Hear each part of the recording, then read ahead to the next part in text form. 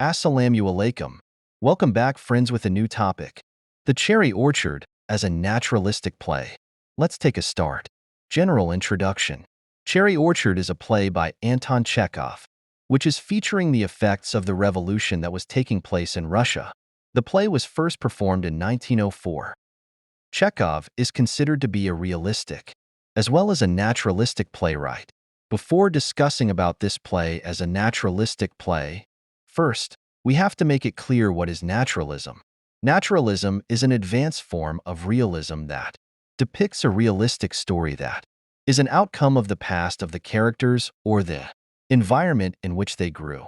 Naturalists believe that social conditions, family system, and environment help a person in shaping his or her character.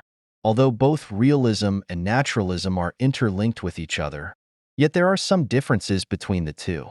Realism only paints a realistic picture of the present life in keeping with the literary requirements and techniques, while naturalism gives a philosophical pessimism. Realistic literature gives an outward glance on the outward life of the characters, while naturalism gives an overview of the domestic life of the characters. Characters are lifelike. A naturalistic play is rather incomplete without characters that represent the actuality of life. Cherry Orchard is no exception. The characters in Cherry Orchard can be divided into two kinds, each representing his or her own sphere of life. But their dependency changes as time changes. For instance, the Lupov family represents the declining model of the aristocratic class who once ruled the forefathers of the serfs like Lopukhin. The character of Lopukhin, on the other hand, shows the surge of the working class and their independence from the masters once they used to obey. So, the characters in this play are exactly like the people of that era. Importance of the characters past. This is the central point that distinguishes a naturalistic play from a realistic play. In a naturalistic play, the presence of the dramatic personages is determined and governed by the events taking place in the past.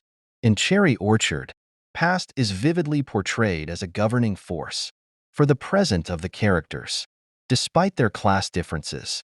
For example, the Lyubov family is running out of money because they spent lavishly on minor occasions and consequently, they ran in debt.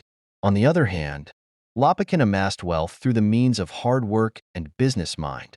So, Lopukhin's dedication and Lyubov's unchecked spendings in the past made their present pleasant and miserable. References to off-stage events.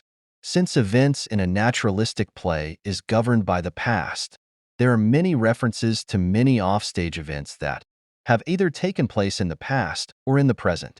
In Cherry Orchard, we see the references to many offstage events like the Russian Revolution, Lyubov's kind-heartedness to Lopukhin when he was scolded by his father, Lyubov's lavish spendings for her lover, and her taking care of him during his illness in France, serfs working in fields and past. But the significant event that is referred in this play is the auctioning of the Cherry Orchard that is announced by Lopukhin. Naturalistic plays are set in domestic setting. Realistic literature portrays a picture that usually involves the setting of an outer place, like a tale of two cities, that gives almost a coherent view of the French Revolution from the perspective of an outer world. But a naturalistic play gives the inner picture of the outcomes and aftermaths of a happening. Being a naturalistic play, Cherry Orchard exhibits a domestic output of the Russian Revolution. We see its influence in the form of how the dismal financial conditions of Lyubov compelled her to sell her cherished cherry orchard that distinguished her family from the rest of the aristocratic people in Russia. Also, the setting of the play is domestic because the events in this play take place in the domestic background. The play ends upon some problems unsolved. Cherry Orchard ends on the auctioning of, well, the cherry orchard. The Lyubov family successfully acclaims enough money for their debts to be cleared. However, some problems remain unsolved. Like, what will the Lyubov family do when the money received in exchange of the cherry orchard runs out? Will Lopukhin ever propose Anya? Conclusion.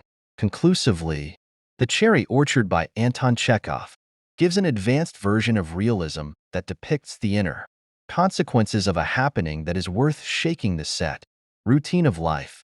So, this play is rightfully a naturalistic play.